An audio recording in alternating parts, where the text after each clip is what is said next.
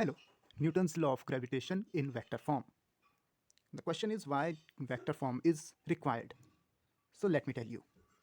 Let us suppose these are the coordinate axes, x dash, y dash. So if we have two particles, um, one of mass m1 and other one of mass m2. So here, if distance between them is r,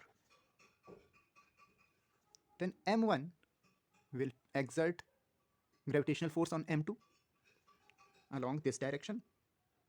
We call it force on 2 due to 1, and 2 will exert a force on 1 and we will call it force on 1 due to 2. So we know that F equal to G m1 m2 upon r square. So for F12 we can write G m1 m2 upon r square toward right, or toward plus x-axis. And in the same way, F21 is also equal to G m1 m2 upon r square, but toward left or toward minus x-axis. In some books, it is also written as negative with respect to this value. So directly I can't put F12 equal to F21 because force is a vector quantity. Yeah, of course, by magnitude both are equal, but in terms of direction, both are opposite to each other. So I have to put a negative here, which tells that whatever be the direction of force on 1 due to 2, the direction of force on 2 due to 1 will be opposite to that. It doesn't mean that this should be taken as negative and this should be taken as positive.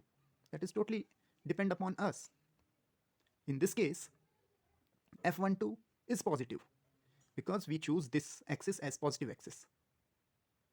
The same situation can be there if both objects would be along y-axis. But what about this situation? Now, how can we explain it mathematically? Oh, there is another way to represent it in vector form. Then I will come to this. F12 vector is equal to G m1 m2 upon r square. And there will be a unit vector, and unit vector along x-axis, we know it is I cap. And F21 is along negative x-axis. F21 is equal to G m1 m2 upon r square minus I cap. I cap is unit vector along x-axis. What is unit vector? Unit vector is a vector which has magnitude 1. It is operated on a magnitude of a vector to give it direction. Like if A is a vector, then its magnitude will be given by A without arrow or by applying mod on both of its sides. But I prefer this to require less effort. So unit vector along vector A is given by vector value divided by its magnitude. And how can we find magnitude? There's another story for that. If A is a vector given by some axi cap, ay j cap, and az k cap, then its magnitude is given by root of ax square plus ay square plus az square. Well, now we'll come to main point.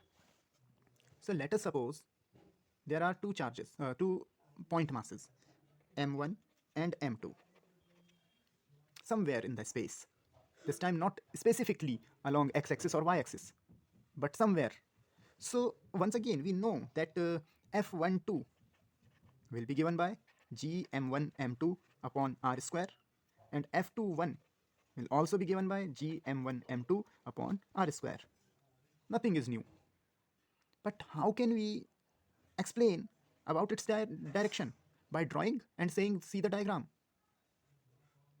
So that is not convincing. We should have some mathematical representation for that direction. And here again vector concept helps.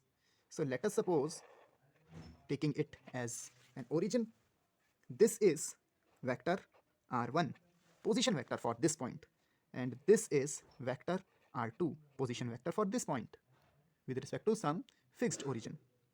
Now, if I join, and see, I'm not drawing an arrow here because that arrowhead depends that in which point of view I am seeing the direction. So if I am considering this force on 1 due to 2, then I will draw it downward. Force on 1 due to 2. So 2 will pull that m1 toward it. So along this direction.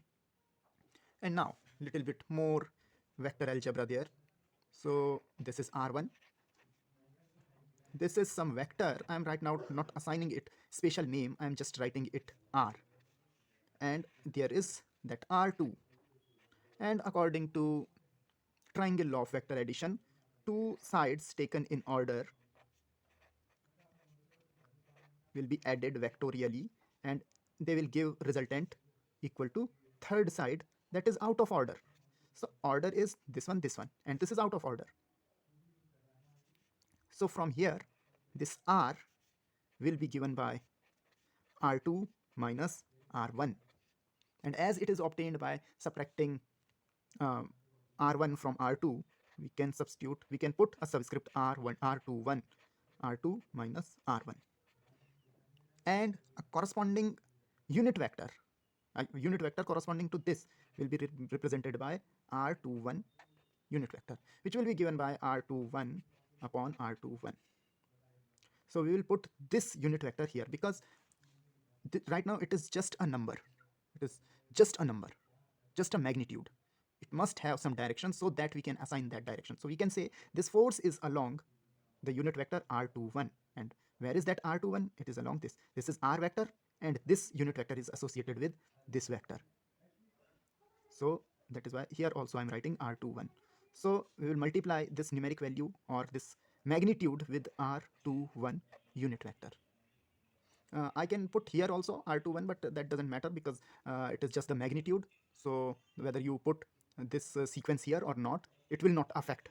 It is just a square of a term. So it is a pure number here, but this is something vector value which assign its direction. And here also I have to put an arrow. So now it is a vector quantity. Vector f12 is equal to gmm upon r square and multiplied by unit vector from 1 to 2, because in this direction force is acting. Now this mathematical representation is enough to describe its direction. We need not to worry about it. And in the same way here, this is r1, this is r2, and if we want to find the direction of force on m2 due to 1, so now it is that way. I can directly write here r12, but no, I want to go with the same way as I did earlier. So once again, two vector in order, r2 plus r equal to r1. This time these are in order and this is out of order. So r equal to r1 minus r2. That is why I can write r12 and that is equal to r1 minus r2.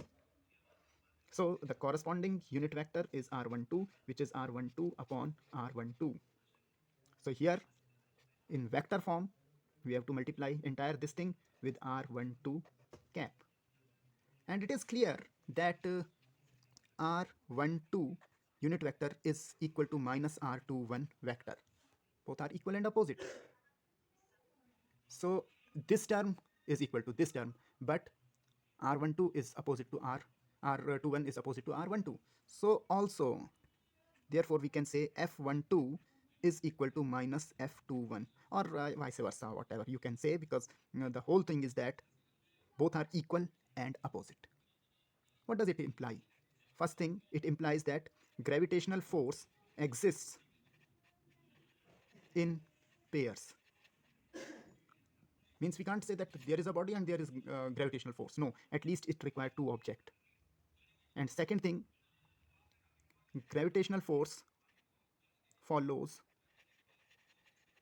Newton's third law of motion. Third law of motion. action and reaction. It means if sun is pulling the earth, earth is also pulling the sun. So it means if earth is pulling you, then you are also pulling the earth. So that's all. I hope vector form is very much clear now. And if still not, you can write me in the comments.